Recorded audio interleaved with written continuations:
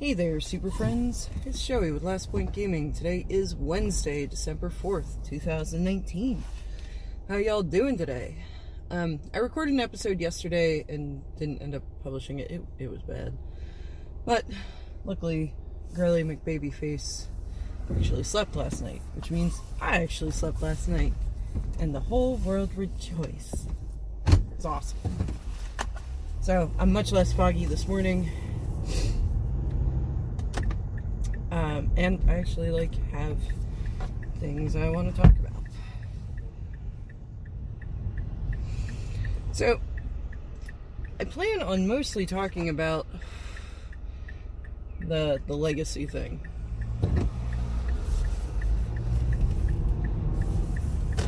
But, before I get into that, so, Ben Stark. It's not the first time I'm mentioning him. And, I mean, I've heard that he's a very nice guy, to get to meet him and everything. But hot damn are his Twitter takes, the ones that I see, because I don't actually directly follow Ben Stark. I don't think I do. I would kind of hope I don't, because, like Matt Sperling, every time he shows up in my feed, it's because he has tweeted something that it's just, a bad take. So, God, I hope I don't follow him, because that would mean that, well, that's not necessarily true if he's posting when I'm not watching or whatever. Anyway, just moving on. That one kind of fell apart a little bit there. And the whole thing yesterday was,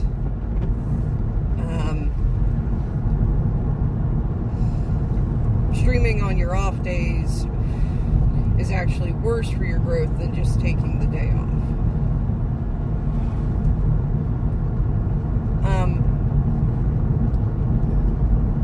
Okay, so Magic content creation, well, we live in the golden age of information. Everybody has a voice.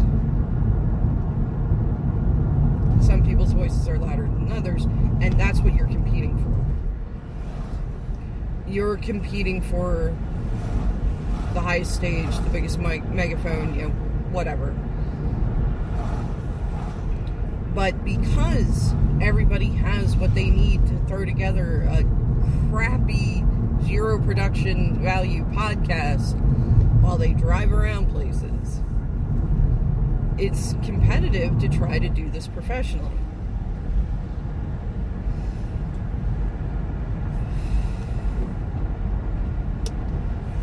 And this goes back to, the pro-magic person's life is just generally inherently unhealthy. And I'm not knocking anybody who chases the dream.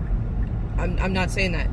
Because it's not really, I would say, any more unhealthy than, a band driving hours and hours to play dive venues and everything. What the hell happened over here?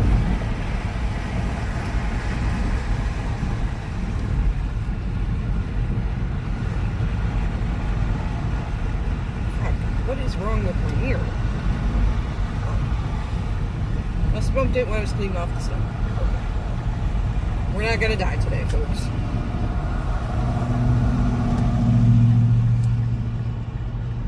There are other passions to pursue that lead to unhealthy practices while in pursuit of it. The big difference being that for musicians, the end is the big payoff, right? Becoming the next Metallica or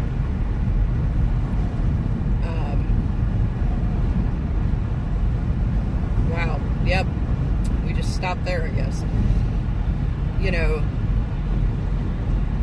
Hitting it big, getting your record deal, eventually becoming Muzak, and making a shit ton of money. There's not really the shit ton of money to be made in Magic, But still, if you want to pursue the grind, okay. But until there's kind of a compact between all players and all content creators that, you know what, we're not going to engage in unhealthy practices, and until it stops being glorified, really, it's always going to be a rough spot. A lot of streamers, especially ones that are working on building, they can't afford to take a day off. You know, because they're not there for their regularly scheduled streaming time that somebody, you know, penciled in their schedule, like, oh, at this time, on these days, I tune into this stream. Oh, they're not on? Alright, well, what else is there? Oh, this person. Oh, I really like them. Oh, man, they stream in the same time slot. This is what happens. There are so many out there that unless you're offering something unique, like, I gotta hand it to Saffron Olive. He has really managed to build an incredible following with casual content. Because there's nobody grinding the circuit that's watching his budget deck videos going, alright, well, he went 5-0 in this league, so this is good, right? You know, his content really appeals to people like me. It's like, oh, you put Colossus Hammer in a Stoneforge deck. I love it. I want to do this. You know, the people that, you know, the Against the Odds series has got to be my favorite. Where he's like, so, there's this bad card plus this bad card equals crazy effect. Let's try to make it work. How can we turn this on? And builds an entire deck around, you know, some jank card that nobody even knows what it is because it's been disregarded. It's not even, like, limited playable. And, you know, he's an excellent player, so he manages to do extremely well with these decks. But there's nobody looking at those decks that's like, yeah, I'm going to get to the Players Tour. Is that what we call it now? I have no clue what's going on at the top end of Magic right now. I really don't. They keep changing shit. You know, I'm going to become the next Mythic Champion with this Selesnya Eerie Interlude deck. That deck was fucking hype, though. That was a weird budget and kind of against the odds, because it was just like this bizarre combo, but like the lands weren't great because he was trying to keep it in the budget realm. He had Llanowar Elves instead of like Noble Hierarchs, which, you know, Noble Hierarchs would make a huge difference for him. But oh my god, that deck was, oh my god. I kind of wanted to build the souped up version and run it, I'm not gonna lie. Because that fucking deck. And guess what? I have like 90 Eerie Interludes. I actually played it in Standard. I knew what that card did. Got tired of people killing my shit. So that was my secret sideboard tech in, was it Boss Humans? I think it was Boss Humans. But when it was still mono white. Because, like, I was missing something for the sideboard. And I was like, oh, we'll just put this in. You know, it's board wipe insurance. And sure enough, somebody went to languish me, and I'm like, Eerie Interlude? And they're like, oh my god. But yeah, he's managed to build a content creation empire off of, you know, this fun, casual stuff. But for the most part,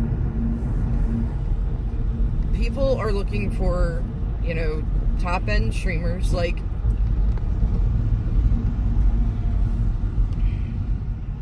you know, Todd Anderson. Why has he managed to build up his following so much?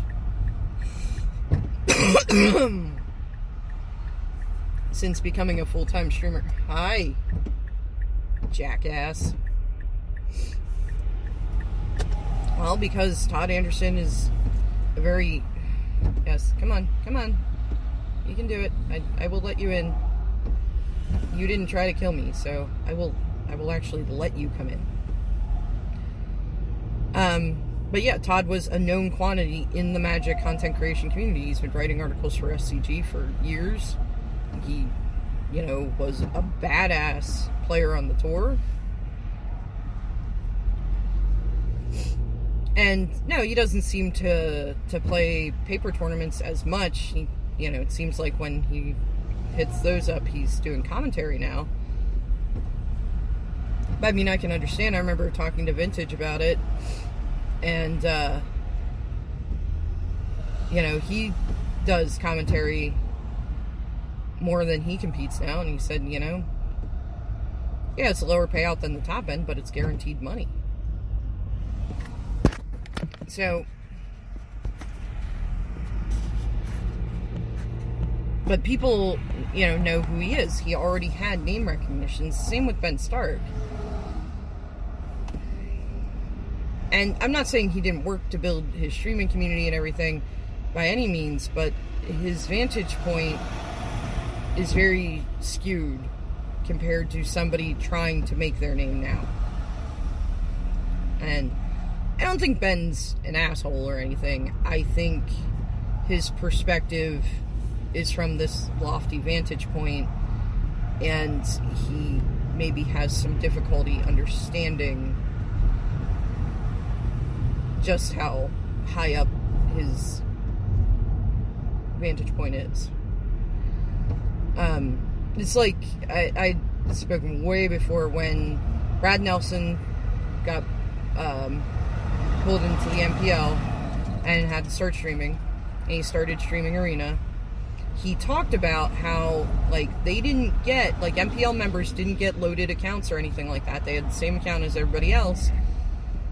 And, BBD decided he was not going to put money into Arena. He was going to grind Arena like he felt most players were going to.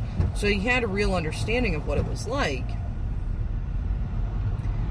And, Brad had mentioned that he was glad that they didn't get these fully stocked accounts and everything, that they had to experience the economy the same way as everybody else, because it prevents ivory tower syndrome. I don't understand why you're complaining about the Arena economy. It seems fine to me. Well, of course it seems fine to you when you get, play sets of every card in every set because you're in the MPL. But when you don't have those advantages, when you have to start at the same ground zero as everybody else, you have a closer perspective to your everyday player of, wow, so I've got to grind how many games to make enough gold to draft? I've got to grind, how much to get the packs I need, to get the cards I need, to get wild cards. You have that understanding. So again, I don't think Ben's an awful person or anything. I think he just has this perspective that maybe isn't in line with the people at the bottom that are trying to break in now. The game has grown over the years, which is good. It needs to. But that means that establishing your name as, a top-end player, as, a Magic household name, so to speak, now is harder than it was 10 years ago. Because, 10 years ago there were less people that maybe played the game, that knew about the game, but in that niche community, it was easier, not easier, but there were less people to have to distinguish yourself from. Now that the game has grown the way it has, there's more competition for those spotlight slots. And I think that's maybe what he's failing to understand. And I'm not saying it was easy for him. Don't get me wrong there. Please don't twist this into you know, Ben Stark was born into a top slot into the Magic world. No, he grinded, he put in his paces, but it was a different game then. And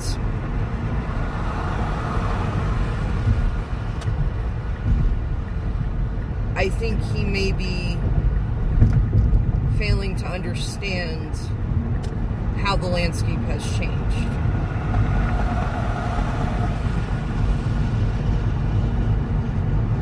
But the other thing we're going to talk about today is SCG abandoning Legacy.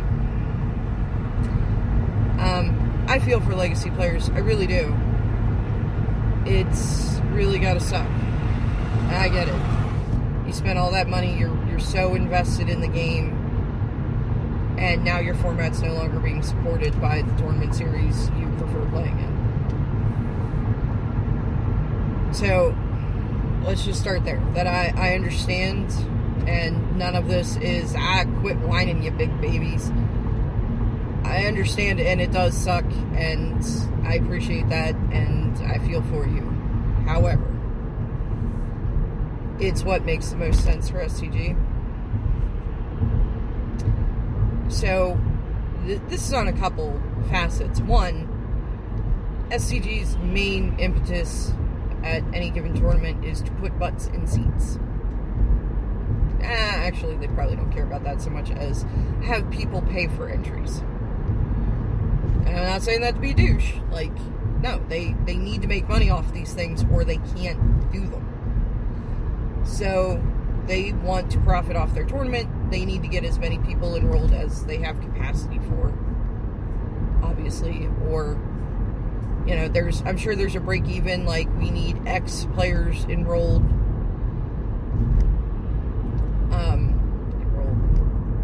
Registered?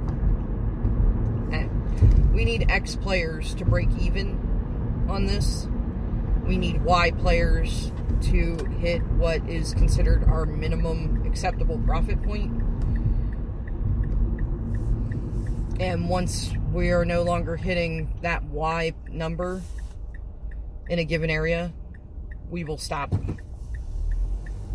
It will stop being a tour stop. Or we have to figure out how to fix it. So that's the first thing, is I assume, and I have no data to back this up, it's just an assumption, that the percentage of Magic players that actively play and enjoy Legacy, not, well, I have a really shitty Legacy deck for when team tournaments happen. The percentage of them compared to the overall, we'll focus on SCG Tour players, is pretty low. 2, the bar for entry into that format is incredibly high.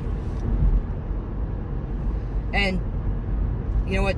Don't be one of these asshole Legacy players. It's like, you don't really need duels, you can just run shocks. Cool, I will lend you my shock lands and you lend me your dual lands for a tournament. Oh, you're not going to do that because it's going to tank your win percentage? Yeah.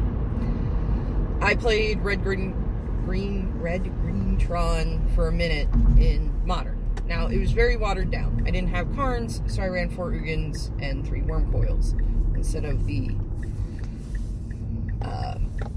4 Karn, 2 Ugin, 1 Worm Coil configuration. Which, though I maintain in the meta back then, it was actually better, but whatever. People disagree with me, and that's fine. I ran Perilous Vaults instead of Oblivion Stones, which actually I think was a bigger hindrance than not having Karns. Oh, we're gonna be here a while.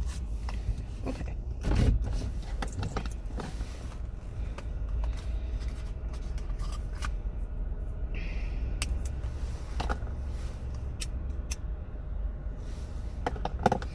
I mean, there were a couple matchups where they were actually better because opponents had indestructible creatures, but that was pretty few and far between.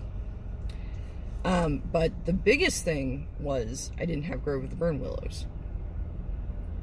So I ran Stomping Grounds. And I can remember posting about it online you know, and then, like, the one discussion group, like, you know, this is the version of Tron I was running, because it was, like, a budget version, and everybody being like, wow, yeah, the land choice is going to hit hard, especially in, like, the burn matchup. And, you know, I'm like, it's 2 life, and it's only 2 life. Sometimes, if I can afford to have it enter tap, you know, I can just let it enter tapped. I think you're crazy.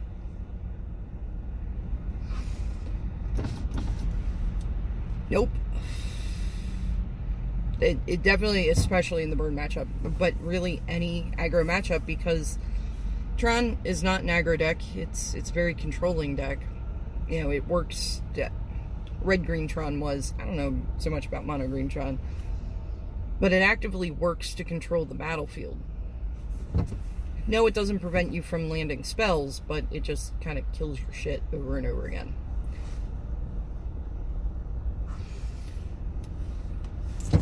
So yeah, the Stomping Grounds Overgrowth the Burn Willows did hurt my win percentage. Just like running shocks instead of OG duels in Legacies will hurt yours. And it's like running humans in Modern. There are certain decks that I won't keep, you know, the only mana source in the hand being Horizon Canopy. I'm like, I can't afford to deal myself that much damage in this matchup. There are other decks like Storm. I generally don't worry about it, because what are you doing? Okay.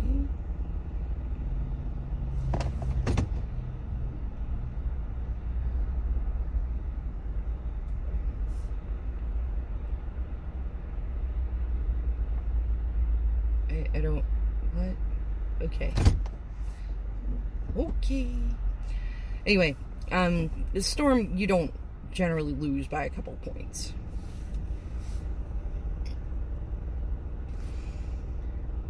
You know, they may stop at Xaxes or close to it, but it's generally, if you look at, you know, the pieces they had left, they could have continued for another 10 points or so.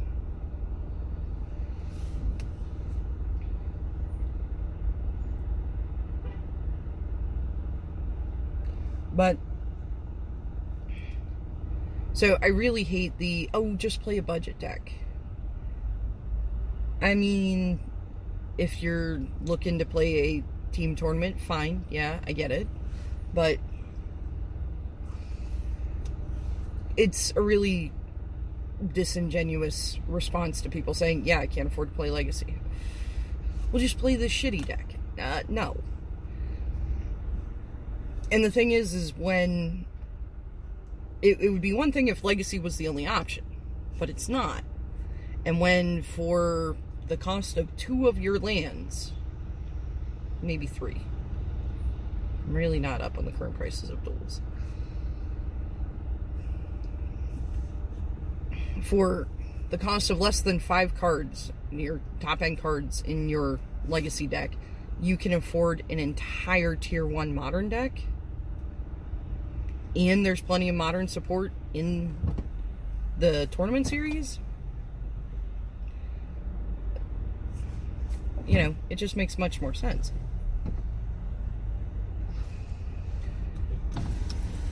So, you know, on one hand, they're looking for what's going to get players into the tournaments.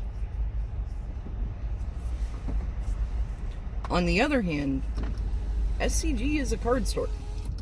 Now, I personally do not buy cards from SCG because their prices are a little steep.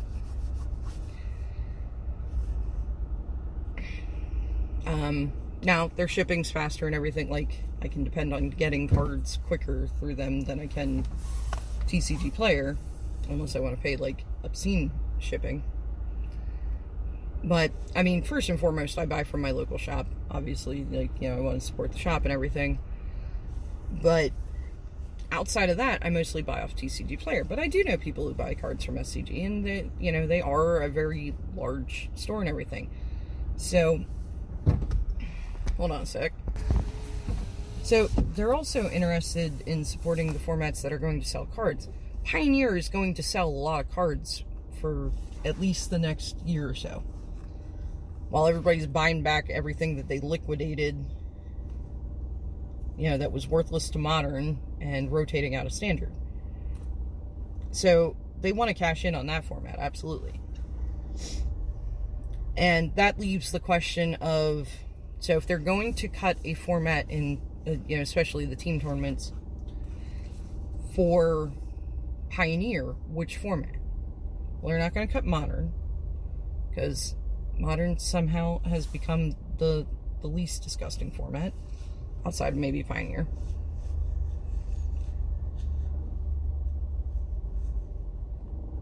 So their choices really are Standard or Legacy. And Standard's been pretty shitty for like a year now.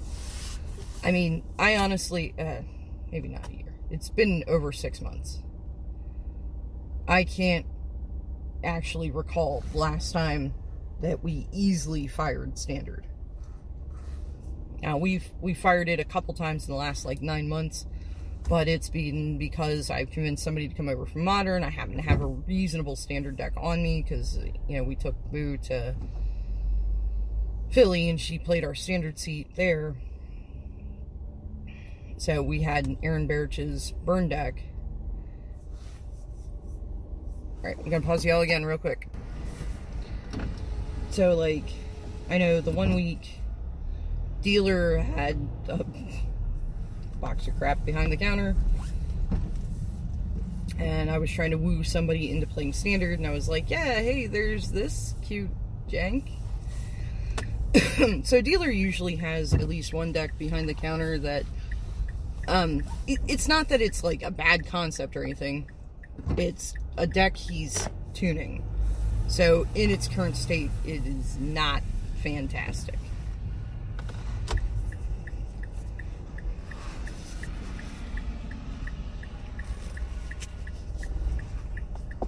So, I mean, there was definitely a week that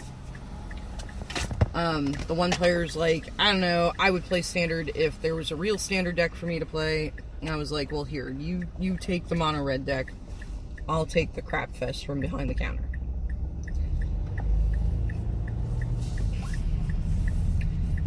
The 1 week, I said to boss, I'm like, just give me a welcome deck. Please don't make me pay for a Planeswalker deck, because my win percentage is going to be the same. Just give me a welcome deck, and yeah, sure, I'll run it. And he's like, no, you're not going to do that. And I'm like, we need to keep the handful of Standard players we have. So if we're this close to being able to fire, we only need one more player, fine. I'll play Standard, but I don't have a currently legal Standard deck, because it's right after the rotation hit. So just give me an intro deck. I don't care. It's fine. But I mean, just Standard has not been firing, and it's been since before the rotation. Standard's been in a rough place for, say the past 6 to 9 months. I mean, it got real bad with rotation. Especially, I think the Field of the Dead ban was a little hasty. But we won't get into all that.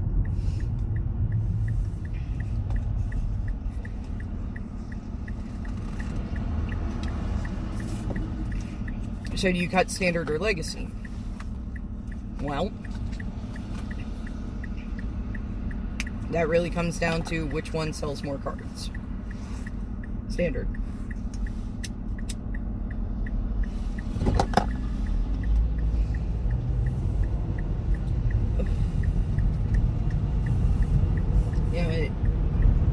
That's the thing. These are the two factors that matter the most to them. Getting players in the tournaments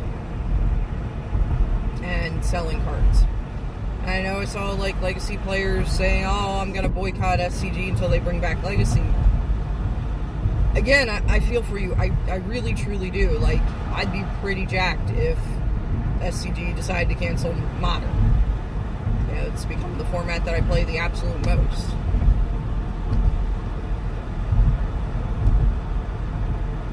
But your boycott won't work, because that's the whole reason Legacy was the format put on the chopping block. There aren't enough of you. You know, diehard Legacy players, not people who, again, play, you know, shitty decks in Legacy just so that there's a Legacy player for their team in the team tournaments.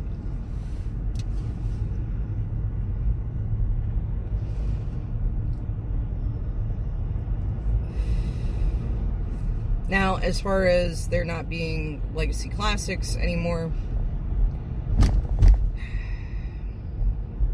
this one may be a place where there's room for compromise. It kind of goes against the existing paradigm for formats at an Open, because the Classic, I guess when it's not team tournaments, which they seem to be finally moving away from, thank God.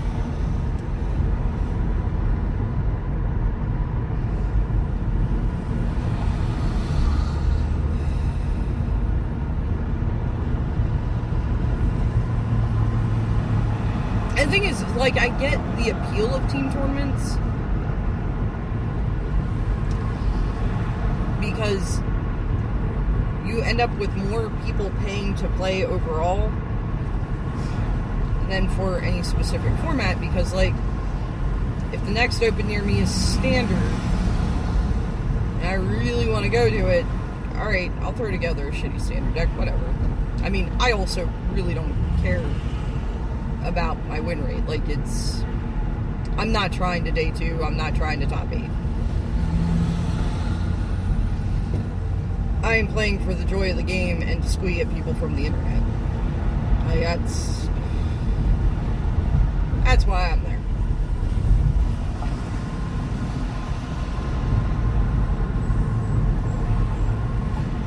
But when you have, this main event at this Open is Format A, whatever format, you're inherently going to have less access to players than when you say, okay, it's all 3 formats. And, you know, you just gotta find a player, you know, players from the other 2 formats.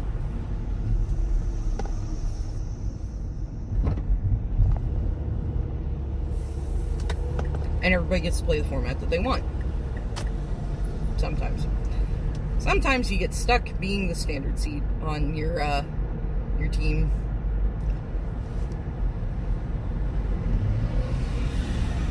But somebody had to do it, you know.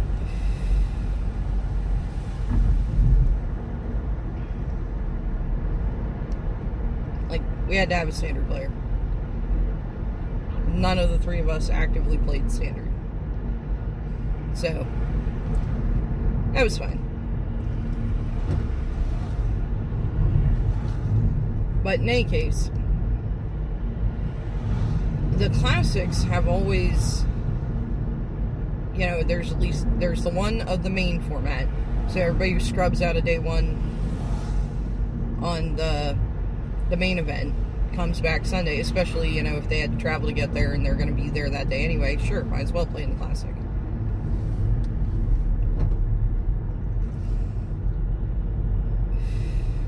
And then there's usually a second one. So when we're not looking at team tournaments where both formats are a format in the team tournament, there is room to consider putting in Legacy Classics. So, I mean, that's something to think about. I'm sure there's a reason they made the decision to just not even go that route. And maybe it's because the Legacy Classics just don't get enough players enrolled. Like, They just don't have enough players when it comes to a straight Legacy tournament.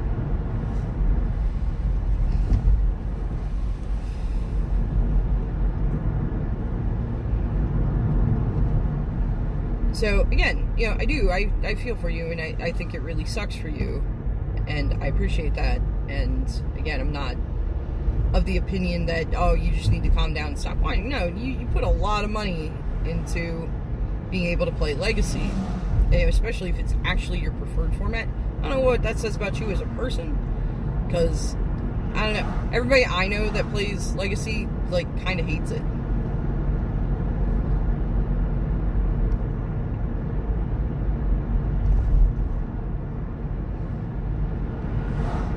I'm, of course, joking. If you love Legacy, that's great, and this game's about being able to follow your joy in the game, but I understand why the decision was made, and why a boycott really won't have any effect. And I do think it's really shitty for Legacy players with these, these high-end decks with all the right cards for it and everything, to just be like, oh, you can just run Shocklands. No, you really can't. Even, I remember when we were doing Philly, and Sarkin, aka Parker, he was like, sure, I'll be your Legacy C. Do you mind if I play Legacy Burn? And I'm like, dude, for all I care, you can play Standard Burn in Legacy. You're teaming with me and Sage. We are not going to do well in this tournament. I mean, we did better than I thought we would. Jeez, we made it to round 6 before we picked up our 3rd loss. And the loss we picked up was to John Rossum, Jonathan Hobbs, and Oliver Tomiko. I am actually really excited that I won against Jonathan Hobbs, so now I count everybody he beats as, by transitive property, I beat them.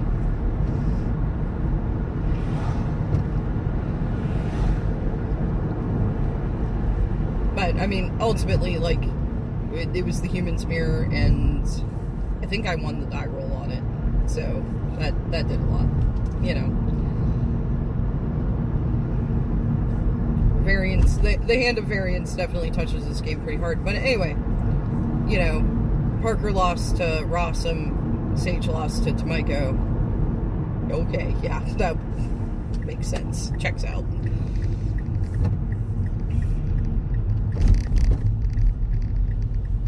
I mean, we got to play against a couple, players I've actually heard of. That was exciting. But, he asked around, we ended up, Cody, the captain, lent him a deck. And it was Mono Red Prison, I want to say.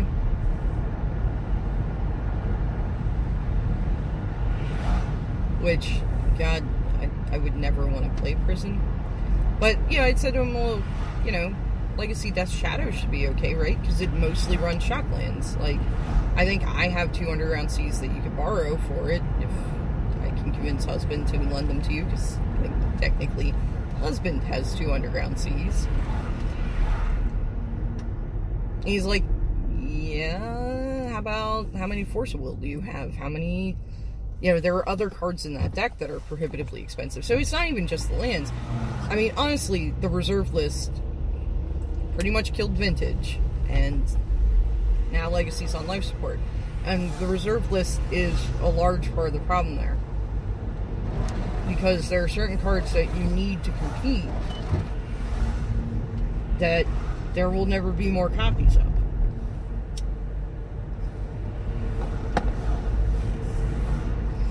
And so long as that is the case, it becomes difficult to find them, and when you do, they are cost prohibitive. Like the couple underground Cs we got before the spike in duels.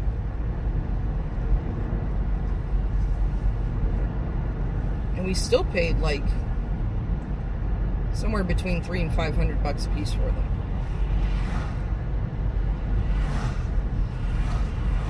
It was like, I think both times there was like a bonus from one of our jobs, and it was something that meant a lot to husband, and I was like, yeah, let's get them so you can have them.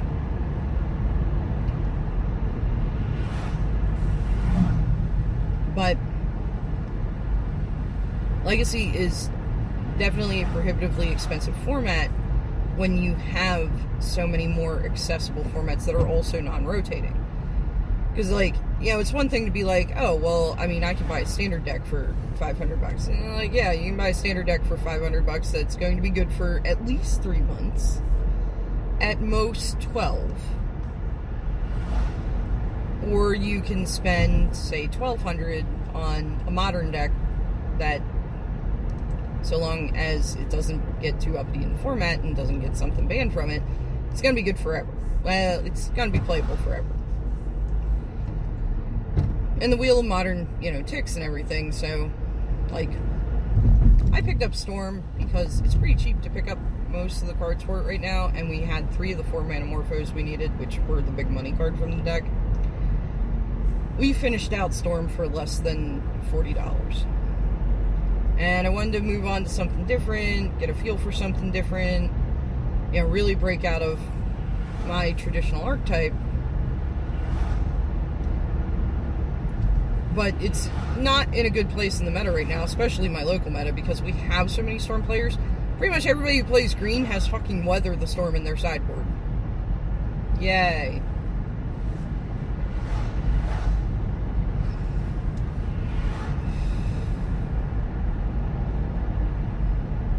Fuck that card.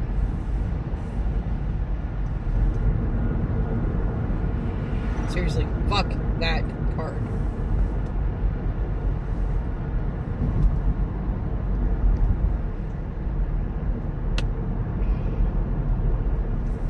Anyway. But it doesn't change that the deck will be legally playable for, like, ever. Of course, that does bring us to Pioneer. They need to slow down with these fucking bans. They really do. Now, I haven't gotten to play any Pioneer at this point. It's not on Arena. I don't play Moto. And Pioneer night at the shop is Wednesdays, and that's just not a thing I can do. If we continue to not be able to fire Standard, there's talk of, you know, we may drop Standard at F&M for Pioneer. And then I'll actually have a hard choice over what format do I play every week.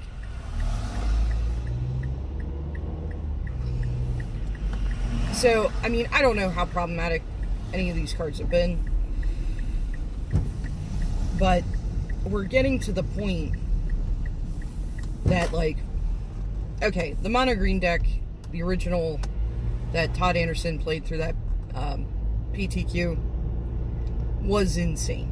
Okay, I can see them deciding, oh, alright, maybe something needs to be done here.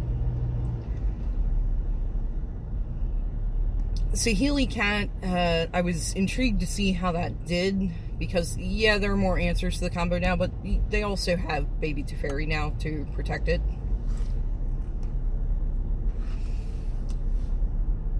And that's kind of a big deal.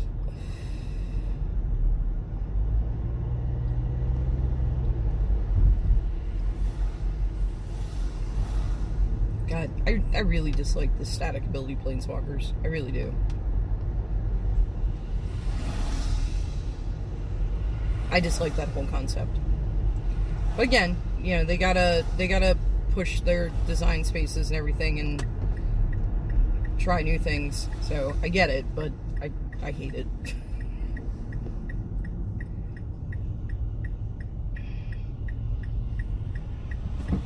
Alright. I do have to actually stop. The light is red.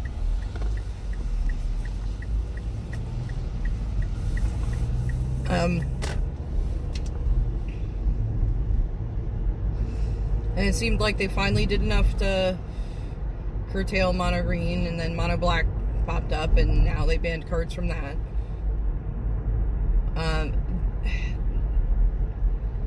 My problem with this is we're not giving the format time to adjust.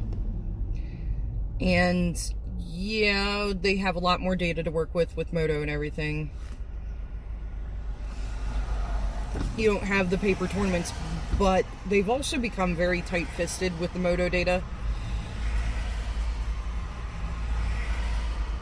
Like, the deck dumps are, there have to be X amount of different cards in each deck shown and everything. So, yeah, WotC, or whoever is monitoring this shit, has all the data in the world to work with, but when you're not sharing that data out with the players, like, why do people watch coverage? See what does well, see what's doing poorly, see where the format's at, to gain information from it. So when you're, holding back information from your Moto players, you're not giving the format time to... You're not giving the players the information they need to say, okay, this is Mono Green Devotion, this is what it do, this is how it works, this is how many of this deck are in the top 8, this is the different variants of it. Alright, how do we beat this? And still maintain an okay win percentage against whatever else is going on in the field. So when you're not sharing that data out, you're actually hindering the development of the format. And to have new bans in Pioneer every week, it seems a little excessive. When they were like, yeah, we'll aggressively ban to cultivate a healthy format, I thought they meant with, like, regularly scheduled B&R announcements. Maybe a couple emergency bans here and there, like, Saheeli Cat and that kind of thing. Unbeatable things. Fine. But this every week banning cards, you're not giving the format time to react to what's going on in the format right now. So, yeah, okay, this deck sat on top for a week. Okay, ban something from it. No, you need to give players the time to look at, okay, this deck is sitting on top. What does it do? How do we combat it? And give them a little more time to try to find the answers, so you're not allowing the format to be self-correcting in any fashion. They are being incredibly heavy-handed with the bans, in my opinion. But again, I do have to preface that with, I have played 0 games of Pioneer, so I don't know. I mean, I tune into Todd's stream when I can, and he's been mostly on Pioneer lately. So, like, I'm kind of bent about the Smuggler's Capture ban, I'm not gonna lie. I didn't think that card needed to be banned in Standard. And, like, the whole, well, it's become ubiquitous. Yeah, but everybody has access to it. And I don't understand how that is more problematic than highly powered cards that warp how the format shapes up. Because everybody's playing white X so that they can run Gideon Ally of Zendikar. Like, I don't understand how homogenizing the format into, a handful of big bullies that all share colors so that they can all share this other card is worse than, okay, well, I mean, there's 70 different decks, but they all run Smuggler's Capture. But they're all very, they're different color combinations, they're unique in, their mechanics and everything. Like, I don't understand how that's problematic, but I don't know, maybe there's just something I don't get about that, and that's entirely possible. I'm totally willing to concede that.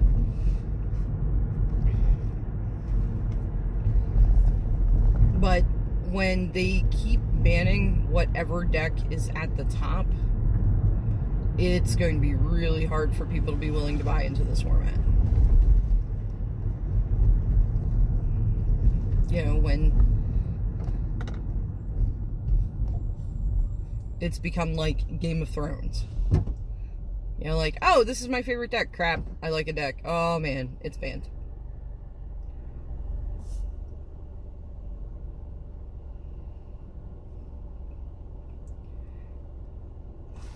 I mean, I agree, people should be absolutely trying to break the format as hard as they can so that problematic cards can be identified. But, again, I really think they need to start giving this format a little time to try to adjust itself around problematic decks, rather than, being so crazy aggressive with the bans.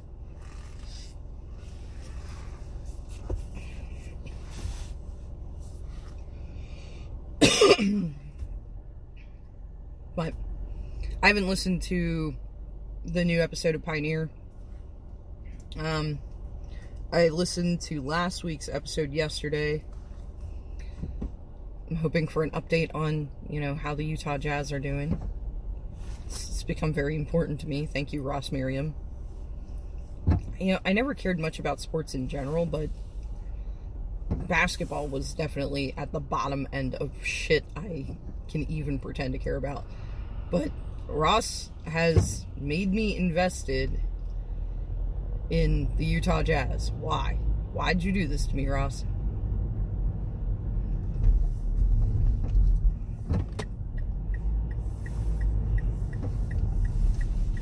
But I'm excited to listen to that today.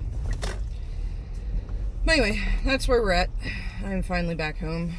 Wow, it's been a long one. Again, my schedule's really up in the air. I try to record anytime I'm out driving on my own, which has become fewer and further between. But I'll try to keep putting out episodes as much as I can. So, one more thing. Tom Ross has started streaming. Go hop on Twitch and give him a follow. Throw him your Twitch Prime sub. I'm excited to see that young man streaming. It must have been the night before last, because I think I talked about it in the really crappy episode yesterday. He was streaming this Yawgmoth combo deck with Undying creatures and shit. It was really neat. And he did incredibly well in the league with it. It looks really hard to play well, but it was a really neat deck. He does play country music on his stream, so just be prepared for that. It was nice to watch him stream. He's very good at it. I'm excited to see more from him. So anyway, there we are. As always, if you made it this far with me, thank you very much for listening, and hopefully I'll talk to you all soon.